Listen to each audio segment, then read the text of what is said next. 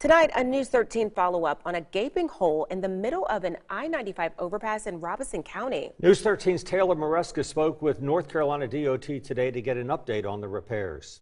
NCDOT told me that the hole has already been patched up with new concrete, and this overpass is one of many that are getting preservation work done.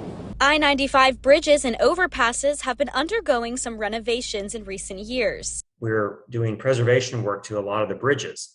So to extend their life, we need to keep them maintained and safe. Specifically this one. These set of bridges that you saw on social media, this work is badly needed.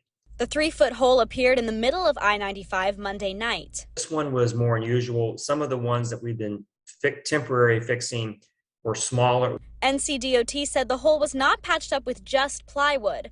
The plywood acted as a support as the new concrete set, and the overpass was closed that night for the repair. It wasn't like they fixed it in 1 hour and then reopened the bridge. I think they had it closed for several hours. But it will take more than several hours for the entire I-95 preservation project to be finished. It was announced in November 2021 and has an expected completion date of spring 2023.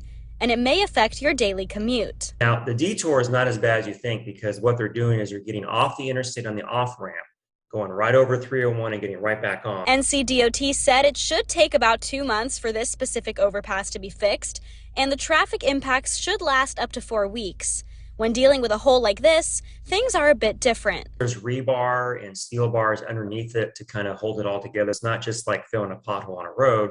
They do have to reconstruct that portion of the deck. Bridges are their own science, their own specialty. Because this project involves maintaining an interstate, it is federally funded, with a portion of funds coming from NCDOT, which they say is mainly from the gas tax. Reporting in Robeson County, Taylor Maresca, News 13.